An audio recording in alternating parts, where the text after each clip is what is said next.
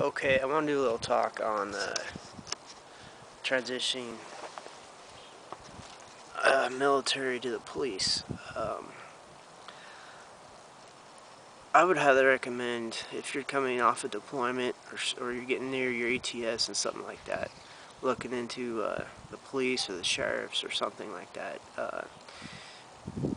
What I did, my mistake, was I got complacent and I just took whatever job I could get instead of shooting for something more attuned to my training in the military. And I think I got my mojo back. I'm going to be applying to a bunch of law enforcement positions and things like that. Simultaneously training for it, getting physically fit, learning some of the law enforcement skills as well. I guess I'll read some books and things on that, some training guides and stuff. But this isn't a real good guide, but I can tell you as an overview, you want to think about retirement, because if you're fortunate, you will live to be an old age, and you want a check coming in from retirement. And while it's possible to, score rich in other ways, pensions and things like that are reliable. So you probably want one in your goodie bag for retirement, just because. So if you have a pension coming in and you have Social Security coming in, that's a good start. The military, if you're in it, it's feast or famine. When there's wars and things, well, it's got a lot of opportunities. But after those peacetime, there's that big sucking sound where they try to defund stuff and get people out. So it's a rocky boat to be rowing around in. So you might want to look into law enforcement, get out. You got your federal and you got your state, and then you got your sheriffs. The sheriffs, I think, are a separate entity. I think they're elected type deal. I think they're a holdover from the old common law system. But look into all the different ones. Just get into one, and they got a lot of reserve positions. There's even positions that were just volunteer unpaid. That might be an avenue to go if you're already settled in somewhere and you just want to test the water with your toe. That might be something you can get into. But what you want to do is go for the main cities, which have a high turnover rate. So we're talking big cities. And the system, as far as I understand, there's something called an entry level, and then there's something called lateral. Entry level, they'll train you, they'll send you in an academy, and get certified. Lateral is somebody that's already been trained in a different department, and they could be from a different state or anything. As long as they've been prior trained, they can just transfer in. That way you can move around. So you get your initiation and your initial training in a big city, and then you can laterally transfer to somewhere that you really want to be. And yeah, it takes some time and stuff, but it's really hard to pick and choose initially, in my opinion.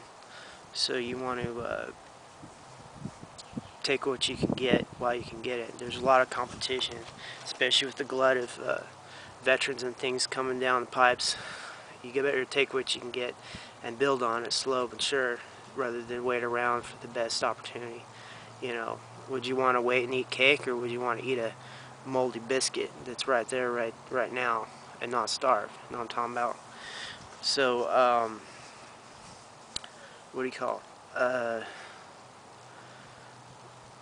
there's also state patrol and things like that. There's also, in the federal side, there's a lot of three-letter agencies. You can look into those on your own. Like the ATF or the FBI. CIA is more intelligence than law enforcement, I think. Some require a degree, some require just some college credits, some require nothing. So they're all different. Let's see what time is on this. About 5 minutes. Okay. So what you want to do is start cleaning up your record now. Paying off your debt as much as possible, entirely if possible. Don't be owing money to people. Get some friends that are respectable, and you know what I mean. I'm not trying to be biased or something, but you need that for background checks. They're going to be checking your history and things like that. And you should, your friends, supposedly your friends reflect who you are as a person as well. So getting some good quality friends might help you, be a good quality person. They say your income and your friend's income are usually pretty similar. So, I don't know. This is a lot of averages and things like that. So, I would try to befriend a police officer or somebody that has their they have contacts and things.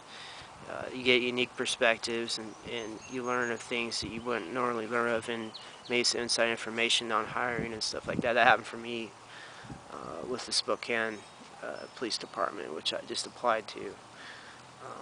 We'll see how that goes, but I'm not just going to apply there. I'm going to apply a lot of different places. That way, it's not a one-trick pony. You got a lot of opportunities to move around and things like that. Whoop, look at that. It's stringing away there. So what else I was going to say? A lot of places, I think, they have the veterans preference. I kind of didn't do that with this application, because if you don't pass the test and things like that anyway, it doesn't really matter. So I'm going to skip that little part. Part of that was me not applying soon enough. They want a physical copy shipped in along with the online application I did, and there simply isn't enough time to do that. Well, I could go do that. I should do that. I might do that, but I don't know. We'll see. Got a lot of things going on. But that's not going to save you. If you're not physically fit, you don't have the mentality and the background they're looking for, it won't save you. So I don't think it might if there's a lot of competition, but I'm not sure about that. So yeah, those are some of my thoughts. The thing is, a lot of military training, it's going to go to waste if you don't use it in a career that approximates it. And so for the military looking to go law enforcement, hopefully this gave you a couple insights. And comment below in that little comment deal if it's still there. I don't know how old this video is now by the time you're looking at it. This is Military Industrial Museum, where I review military surplus and different things like that. Some odd stuff as well. Please subscribe and support my sponsors. They support me. And let's see how much time I got. 8 minutes. Let's take a look at this yard.